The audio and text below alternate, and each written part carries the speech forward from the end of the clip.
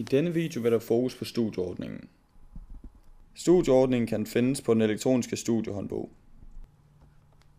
Det er studieordningen fra september 2014, du skal følge.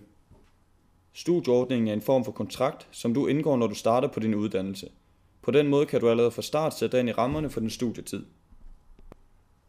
I indholdsfortegnelsen kan man få et overblik over, hvad studieordningen indeholder. Her kan vi blandt andet se, at man kan finde læringsmålene for bacheloruddannelserne på humanistisk informatik.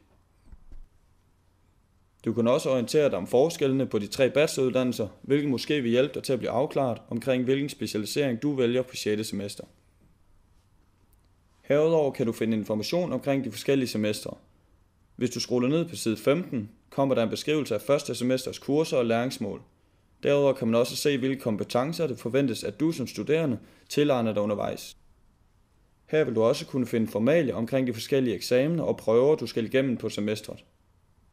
For dig som studerende er denne information vigtig at have kendskab til.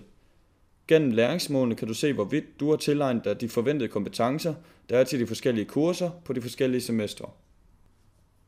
I studieordningen kan du også finde information om vægten af de forskellige kurser med hensyn til timeantal og karaktergivning.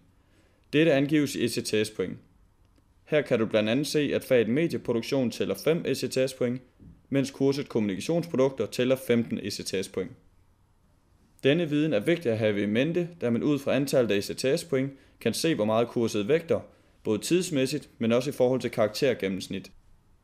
Kurset kommunikationsprodukter tæller altså 3 gange så meget som kurset medieproduktion, og derfor kan det anbefales, at du disponerer din tid i henhold til de angivne ECTS-point, hvilket vil sige, at jeres første semesters projekt vægter højere end jeres medieproduktionsfilm. Jeg håber, at denne video har været brugbar i forhold til informationssøgning på humanistisk informatik.